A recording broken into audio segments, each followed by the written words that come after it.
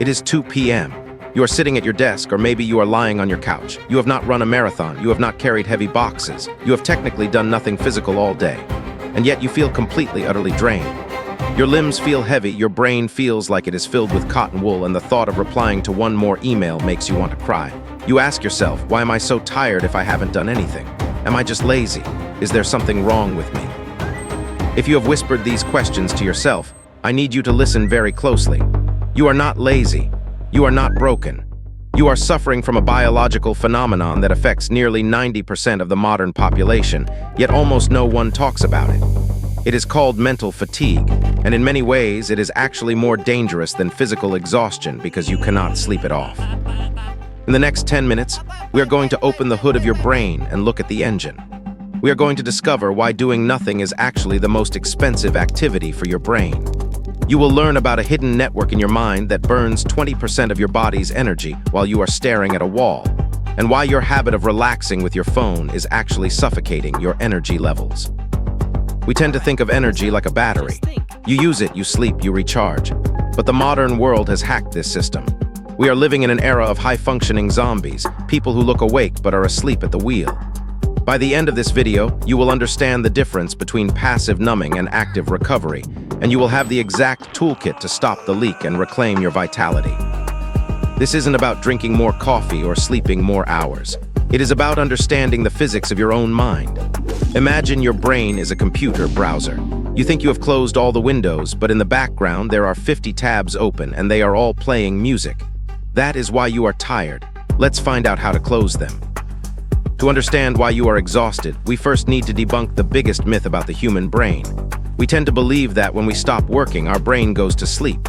We think that if we sit on the couch and stare at the wall, our neural activity drops to zero. But neuroscience tells us the exact opposite. When you stop focusing on a specific task, a massive network in your brain wakes up. It is called the default mode network, or DMN.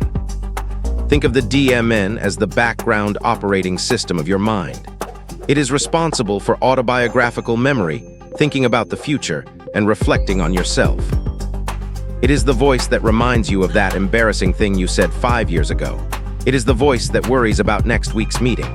Evolution designed this network to help us solve social problems and plan for survival during our downtime. But here is the catch. The default mode network is an energy hog. It consumes almost as much glucose and oxygen as doing complex calculus. So when you think you are doing nothing, you are actually running a high-intensity simulation of your own life. You are ruminating. You are projecting. You are worrying.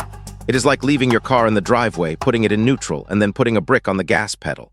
The car isn't going anywhere, but the engine is redlining, and the gas tank is draining fast. This is why you can spend a Sunday lying in bed thinking about your life and feel more tired than if you had spent the day hiking a mountain. But the DMN is only half the story. The other half is how we interact with the modern world, specifically the device you are likely holding right now. This brings us to type 1 in our exhaustion funnel, the bed rotter. You finish work, you are tired, so you lie down and open social media. You tell yourself you are just going to zone out for a few minutes. 2 hours later, you are still scrolling. You feel guilty, gross, and somehow even more tired. Why does this happen? It is because of a phenomenon called context switching. Every time you scroll past a video, your brain has to process a new environment. 1 second you are watching a funny cat video, the next you are seeing a war zone, then a cooking recipe, then an influencer shouting at you. Every single scroll requires your brain to reorient itself. It is a micro decision. Do I like this? Do I hate this? Should I share this? Scientists estimate that we switch contexts on our screens every 40 seconds on average. This creates a metabolic tax on the brain. You are forcing your brain to chemically reboot its focus thousands of times a day. It leads to something called decision fatigue. You might not realize it, but by the time dinner comes around, you have made so many micro-decisions on your phone that you literally do not have the biological energy left to choose what to eat. That is why you stare at Netflix for 40 minutes unable to pick a movie. Your decision-making fuel tank is empty. This leads us to the dangerous state of type 2, the high-functioning zombie. To cope with this constant drain, we use artificial energy. We pump ourselves full of caffeine, sugar, and adrenaline just to get through the day. We trick our bodies into thinking we have energy, but we are just borrowing from tomorrow. We are masking the symptoms without fixing the leak. I used to fall into this trap constantly. I would come home mentally fried and I would try to relax by watching 3 hours of TV while scrolling on my phone. I called it multitasking, I called it unwinding, but I wasn't relaxing, I was numbing. There is a huge difference. Relaxation restores your faculties. Numbing just shuts them off. When you numb yourself with cheap dopamine, you are not allowing your brain to process the day. You are just pausing the chaos. And when you finally put the phone down to sleep, all that unprocessed data from the default mode network comes rushing back in. That is why you get that sudden spike of anxiety right when your head hits the pillow. That is why you are tired but wired. We are effectively overfeeding our brains with data and starving them of silence. We treat our minds like garbage disposals, shoving information into them until they jam. And then we wonder why the machine is broken. The guilt you feel for being lazy is actually a secondary layer of exhaustion. You feel bad for being tired, which makes you stressed, which releases cortisol, which makes you more tired. It is a vicious cycle. But here is the good news. Once you understand that this is a biological mechanism and not a character high flaw, you can start to engineer a way out. You can stop fighting the symptoms and start addressing the root cause. You don't need more sleep. You need a different kind of rest. You need to switch from passive consumption to active recovery. So how do we break the cycle? How do we turn off the engine and actually refuel the car? We need to become type 3 in our funnel, the energy alchemist. The secret lies in a concept called active rest. It sounds contradictory, right? How can rest be active? Here is the rule you need to live by.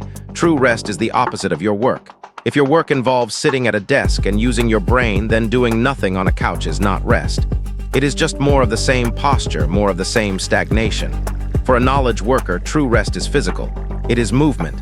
It is using your hands.